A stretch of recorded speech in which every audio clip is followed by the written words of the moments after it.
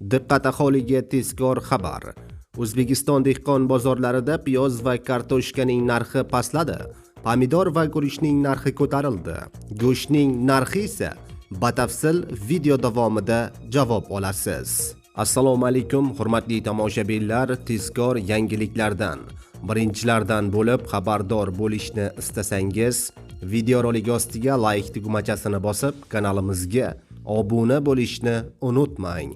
Like bosgan insonni Xudoyim doim qo'llasin. Diqqat qiling, O'zbekiston dehqon bozorlaridagi oziq-ovqat mahsulotlarining minimal va maksimal narxlari e'lon qilindi.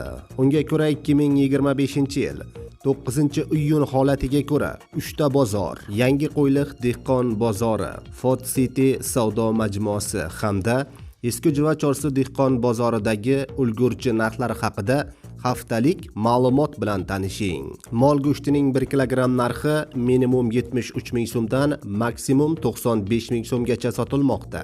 Qo'y go'shtining 1 kilogrammi minimum 83 ming so'mdan maksimum 98 ming so'mgacha sotilmoqda. Guruchning 1 kilogramm narxi 16 ming so'mdan 22 ming so'mgacha.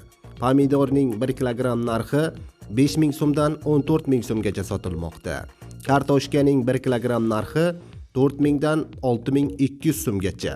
Piyozning 1 kilogramm narxi 2200 so'mdan 3800 so'mgacha sotilmoqda, deyiladi ma'lumotda. Azizlar, sizning hududingizdagi dehqon bozorlarida narxlar qanday? O'z fikringizni izohlarda yozib qoldiring. Videoga like bosib, yaqinlarga ham yuborishni unutmang.